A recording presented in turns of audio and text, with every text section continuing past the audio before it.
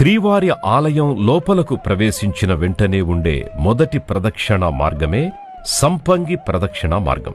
ఆలయ మహాద్వార ప్రాకారానికి వెండివాకిలి ప్రాకారానికి మధ్యన సుమారు 30 అడుగుల వెడల్పున్న ప్రదక్షిణా మార్గాన్ని సంపంగి ప్రదక్షిణం అంటారు. పూర్వం ఈ ప్రదక్షిణా మార్గంలో సంపంగి చెట్లు విరివిగా ఉండేవట. అందువల్లే ఈ మార్గాన్ని సంపంగి ప్రదక్షిణా మార్గంగా పిలుస్తారు. సంపంగి ప్రదక్షిణంలో ఉత్తర, దక్షిణ, పశ్చిమ దిక్కులలో ఎన్నో మండపాలున్నాయి.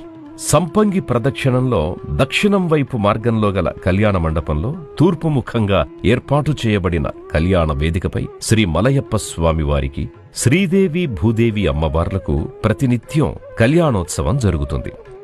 అలాగే కళ్యాణోత్సవ మండపంలో ఏడాదికి ఒకసారి జరిగే పుష్పయాగం, పవిత్రోత్సవాలతో పాటు సంవత్సరోత్సవాల్ని కూడా నిర్వహిస్తారు.